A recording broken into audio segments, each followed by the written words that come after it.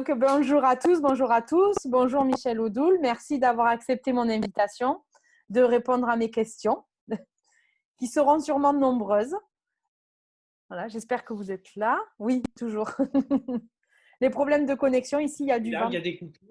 Oui, il y a des coupures, mais je suis là. D'accord. Les problèmes de connexion avec le vent ici, nous, on a beaucoup de tramontane aujourd'hui. Non, mais il fait beau du coup. C'est vrai que quand il y a du vent, Oui, il fait beau chez nous. oui, Voilà.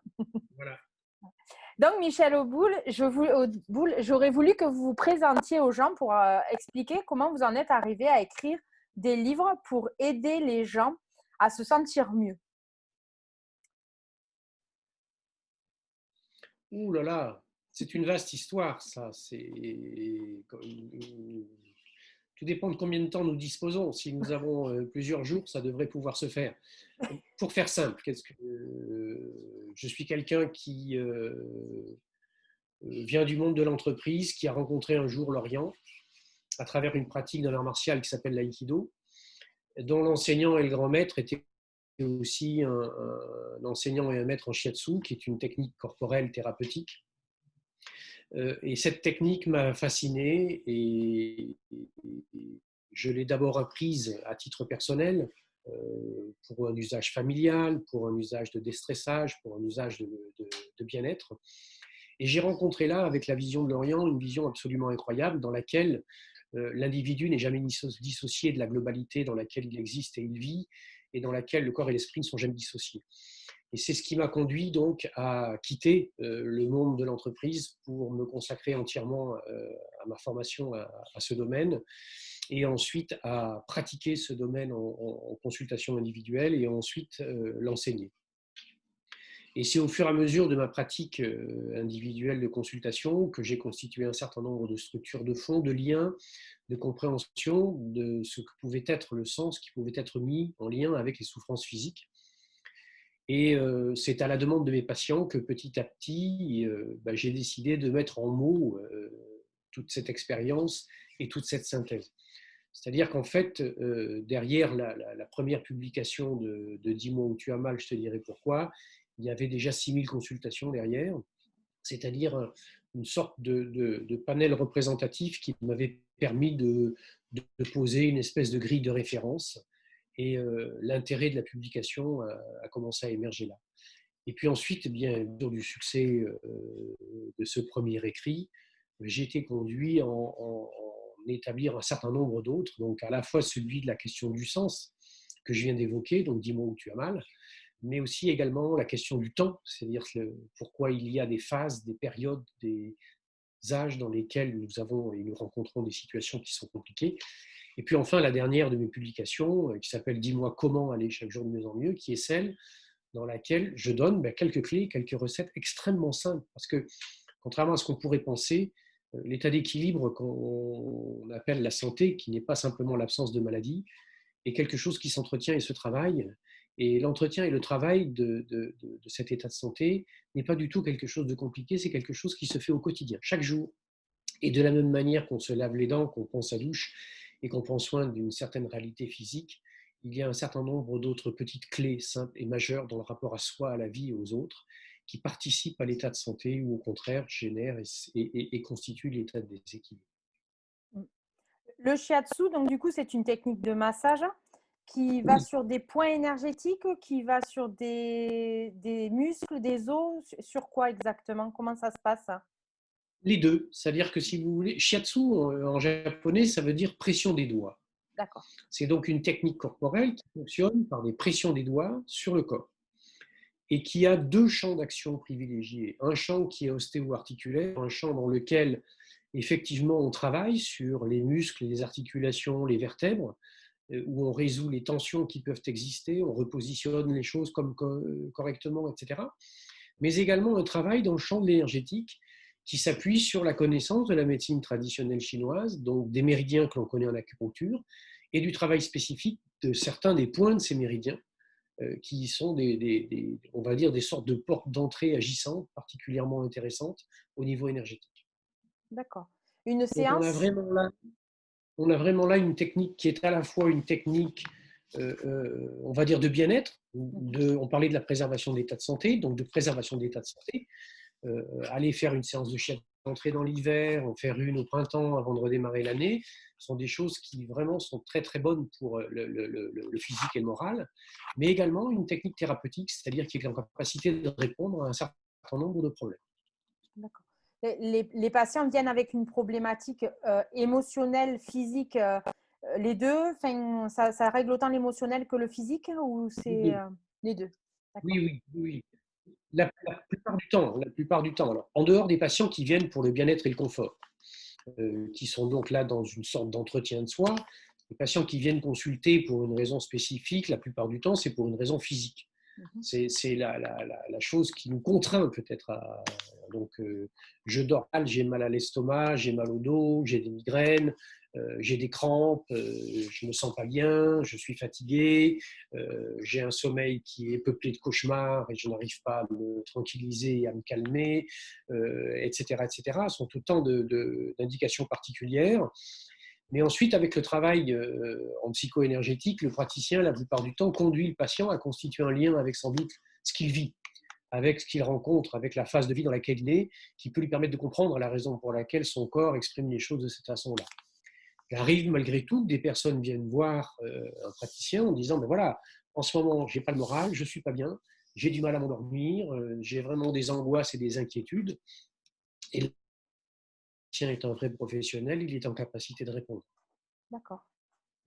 Vous avez vu une évolution sur les 6 000 personnes, même plus maintenant à ce jour que vous avez traité en shiatsu? Est-ce que vous avez vu une évolution des problématiques? Ah oui, c'est clair. C'est clair que ça fait 35 ans que je consulte. En 35 ans, j'ai vu le type des problématiques évoluer d'une manière absolument incroyable et directement en lien, en prise avec nos modes de vie. C'est-à-dire que des problématiques de type auto-immune, allergique ou neurologique comme on rencontre aujourd'hui n'existaient pas à une certaine époque. Il y a 30 ans, les capsulites rétractiles, on ne savait pas ce que c'était. Les algodystrophies non plus, la fibromyalgie était totalement méconnue. Beaucoup de problématiques en dehors, peut-être éventuellement de la polyarthrite rhumatoïde et des spondylarthrites. Sinon, les problématiques de type auto-immune, les Hashimoto, les choses comme ça, étaient des choses qui étaient pratiquement peu connues et donc peu l'objet de soins. Aujourd'hui, les modes de vie que nous avons nous génèrent bien entendu des tensions extrêmes sur le plan neurologique et sur le plan immunitaire. Et c'est ce qui permet de comprendre, bien sûr, l'explosion de ces pathologies. D'accord. Il y a vraiment une évolution en même temps que la société, quoi, du coup. Oui, Le, absolument. ouais. Oui, absolument. Le stress aussi, quelque chose de très important dans vos consultations actuellement? Oui. Ben, le stress, il a beaucoup existé, toujours existé.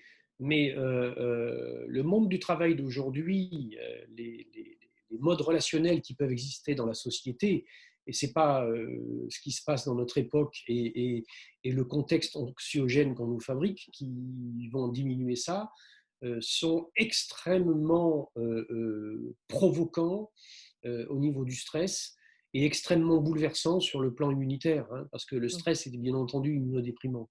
Et partant de là, à partir du moment où nous sommes en état de stress larvé permanent, nous en sommes à nous méfier de l'autre, nous en sommes à nous méfier de tout.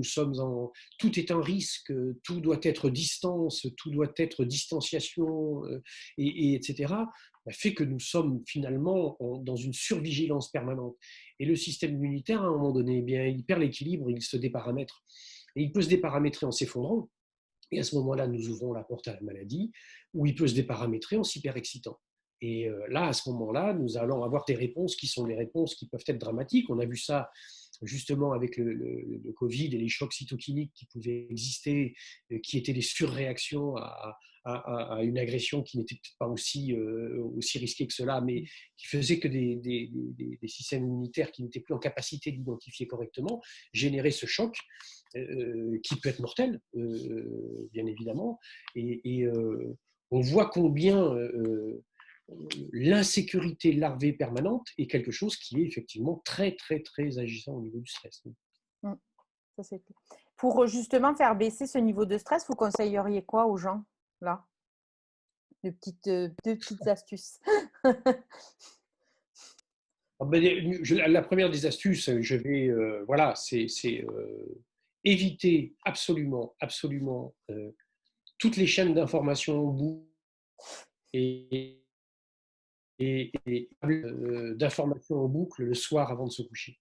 S'endormir sur des informations anxiogènes, c'est travailler toute la nuit sur ce que ces informations anxiogènes ont généré. Le deuxième des conseils que je donnerais, c'est au matin le réveil. Éviter là aussi le déversement de ces tombereaux d'anxiété, d'angoisse, de risque et de crainte qui nous sont déversés au réveil, c'est-à-dire au moment où nous mettons en place ce qui va déterminer ce qui va se passer dans notre journée. Donc le conseil très basique et simple, c'est pas d'infos en boucle avant 10 heures du matin ou plus tôt et après 16 heures ou plus tard. Ça, c'est la première des choses. Et la deuxième des choses, bien entendu, c'est mettre en place tout ce qui va faire que nous allons nous protéger de cela, constituer un contexte familial et environnemental autant que possible, dans lequel ce qui est partagé, c'est de la détente, c'est de la gaieté, c'est des raisons d'être, c'est des raisons de vivre, c'est de l'amour, c'est de la confiance. C'est montrer aux enfants cela, c'est se nourrir en conséquence, éviter tout ce qui vont être toutes les alimentations compensatoires, que ce soit les sucres rapides, tous les excitants qui peuvent exister, etc. L'alcool, bien entendu, en fait, tous ces comportements de compensation qui sont ceux que nous avons naturellement, justement quand nous sommes inquiets, stressés, et que nous avons besoin d'essayer de calmer quelque chose en nous. Déjà, ces quelques éléments-là. Et puis ensuite, en fonction de ça, ce sont un petit peu tous les conseils que je donne justement dans mon dernier livre, à savoir pourquoi pas prendre simplement une douche le soir? On se met comme ça à la masse, on se nettoie pas simplement des salissures et de quelques bactéries, mais peut-être qu'énergétiquement, il y a un travail de fond qui se met à la masse. Pourquoi ne pas s'endormir sur une petite méditation de plaisir, de détente, d'un paysage qu'on aime, qui est tranquille et qui est calme, d'un soleil qui brille? Pourquoi simplement ne pas s'offrir une lecture qui soit une lecture qui fasse du bien? Nous avons tous dans nos archives et nos armoires des lettres d'amour, des lettres de gentillesse, des mots qui nous ont été envoyés par d'autres, qui ont eu envie de nous signifier qu'ils nous aimaient, etc. Pourquoi ne pas les ressortir et les relire? C'est-à-dire se reconstituer une espèce de batterie de bien-être qui va essayer de contrebalancer la noirceur du monde. Plein d'amour le soir, c'est plus sympa pour dormir, ça c'est sûr. C'est pas mal, oui, absolument. Ouais. Dans votre livre, dis-moi où tu as mal, je te dirai pourquoi. Il y a des choses qui risquent d'évoluer au fur et à mesure du temps.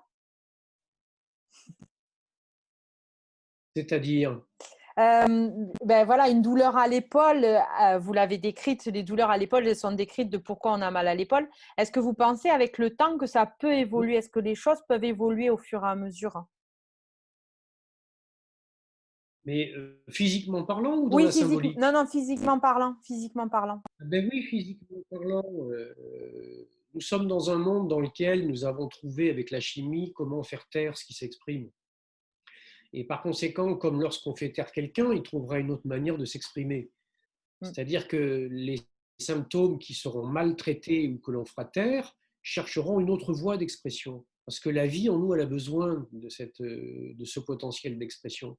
Et si nous le castrons pour une raison ou pour une autre, quelle qu'elle soit, bien évidemment qu'elle va chercher un autre biais, une autre manière de s'exprimer, et qui sera donc un autre symptôme, qui sera un symptôme dérivé, ou qui sera un symptôme comportemental qui conduira à des comportements, par exemple, accidentogènes. Et donc une douleur à l'épaule qui va nous parler sans doute que nous vivons des situations dans lesquelles nous sommes contraints ou empêchés par le monde extérieur de faire quelque chose. Douleur à l'épaule, elle est muselée et on sait la faire taire. Eh bien sûr que nous trouverons une autre façon de l'exprimer. Et il y a plein d'autres manières d'exprimer que nous vivons des contraintes. C'est sûr, c'est certain. De plus en plus de médecins viennent vous poser des questions ou à vos colloques ou à vos enfin, à vos conférences, des choses comme ça? Oui, oui, bien sûr. Mais je pense que la plupart des médecins de terrain sont confrontés à une réalité très simple et très basique. Ils comprennent parfaitement que le rôle qui est le leur, qui est d'apporter du soin à des patients qui viennent les voir et de leur prescrire ce qu'ils savent faire, des médicaments qui leur permettront d'améliorer les choses, et Dieu sait si ça peut être utile. Moi, j'ai l'habitude de dire que si quelqu'un a mal à la tête, c'est pas parce qu'il prend une aspirine pour avoir moins mal que ça va l'empêcher de réfléchir. Le problème, c'est s'il prend l'aspirine pour ne pas avoir à réfléchir. Mais réfléchir en n'ayant plus mal à la tête, c'est quand même plus agréable et plus facile que de le faire en ayant mal à la tête. Et que par conséquent, il n'est à aucun moment dans mes propos question de ne pas traiter. En revanche, il faut traiter en conscience, c'est-à-dire donner du sens. Et ça aussi, les médecins le recherchent de plus en plus, parce qu'ils se rendent compte qu'ils ont en face d'eux des gens qui leur posent des questions, face auxquelles ils sont parfois un petit peu démunis. Et donc, j'ai effectivement pas mal de médecins qui m'écrivent, qui viennent éventuellement se former dans mon institut.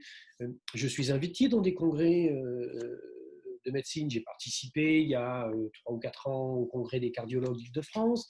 Je participe tous les ans à un DU de médecine à Strasbourg qui s'appelle, c'est le DU-MMN, c'est-à-dire le DU de médecine, méditation et neurosciences, qui est un DU dans lequel justement des médecins viennent apprendre des techniques de méditation, des techniques de relation au corps un peu différentes pour essayer d'enrichir leur pratique. Et par conséquent, je pense qu'il y a là, en dehors de la faculté et de l'académie, une vraie tendance et une vraie demande, oui. D'ailleurs, beaucoup de médecins m'ont écrit suite à mon livre, le conseil ou le signal à des patients, etc., où des patients viennent.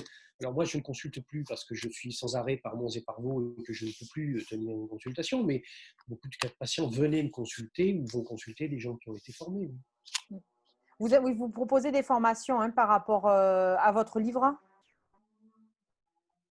Oui, ce sont des formations de professionnels, c'est-à-dire j'ai un institut à Paris qui s'appelle l'Institut français de Shiatsu, dans lequel je forme à la fois des praticiens en Shiatsu, donc des praticiens professionnels en Shiatsu, qui sont après des gens capables de s'installer et de recevoir en cabinet. Et j'ai également des praticiens, alors à condition d'être un praticien de santé, qui peuvent rentrer dans un premier module de médecine traditionnelle chinoise et ensuite aller vers la formation justement psycho-énergétique, c'est-à-dire des éléments tels que je les évoque effectivement dans mon livre Dis-moi où tu as mal. D'accord. Et la formation dure combien de temps à peu près?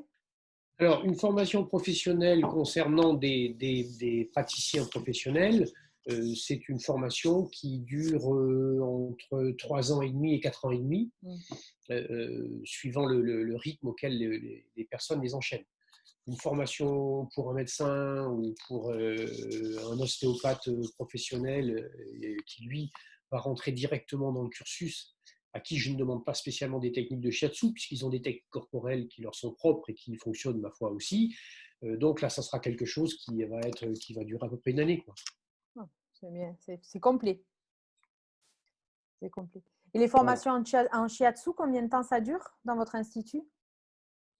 C'est 3 ans et demi à 4 ans et demi, suivant Pareil. le rythme auquel on enchaîne, parce que c'est des formations qui sont sous forme de modules, donc les personnes peuvent constituer des calendriers au rythme qui est le leur. D'accord. Vous avez une actualité, un prochain livre, vu que vous en avez sorti un il n'y a pas longtemps. Est-ce qu'il y en a un autre qui est dans les tiroirs? Alors, dans les tiroirs très loin, mais vous savez, la période est particulièrement compliquée. Oui. Les maisons d'édition sont complètement saturées. Il n'y a plus véritablement de nouveaux livres qui sont proposés. Les libraires doivent d'abord épuiser les stocks qu'ils avaient, etc.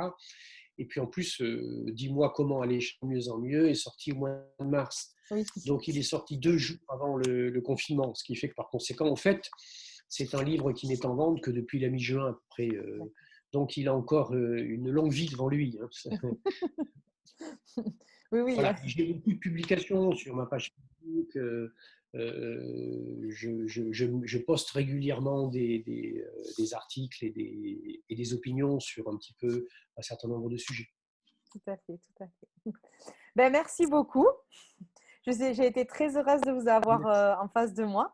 Merci vraiment d'avoir répondu à mes questions. Merci à vous. Bonne journée, puis à très Merci à bientôt, vous. Et j'espère. puis, bonne journée à vous. Voilà. Merci. Plein de lumière, plein de soleil. Merci. Au Bonne revoir. journée. Au revoir.